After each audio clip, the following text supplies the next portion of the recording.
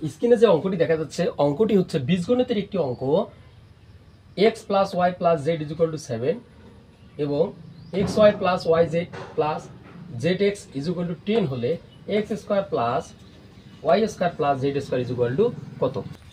এই অঙ্কটা করার জন্য আমরা একটা সূত্র অ্যাপ্লাই করতে পারি। সূত্রটা হচ্ছে a plus b plus c whole square is equal to a square plus b square plus c square plus 2ab plus 2bc plus 2ca।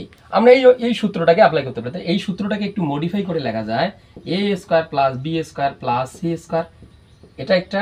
আর এইখানে সবগুলো 2 থেকে একটা 2 কমন নিতে পারি, a তাহলে হচ্ছে A B plus BC plus C A, এই অংশটা।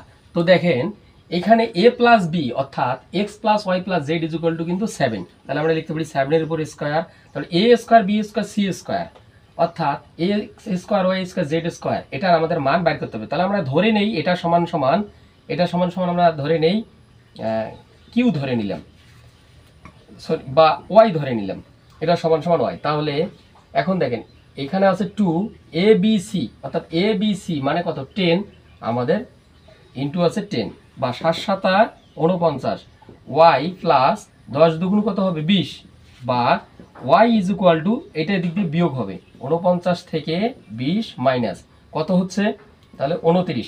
সেক্ষেত্রে আমাদের অ্যান্সার ক নাম্বার ঠিক। ধন্যবাদ ভিউয়ার্স, যদি ভিডিওটা ভালো লাগে অবশ্যই চ্যানেলটিকে সাবস্ক্রাইব করতে ভুলবেন না এবং ভিডিওতে একটি লাইক অবশ্যই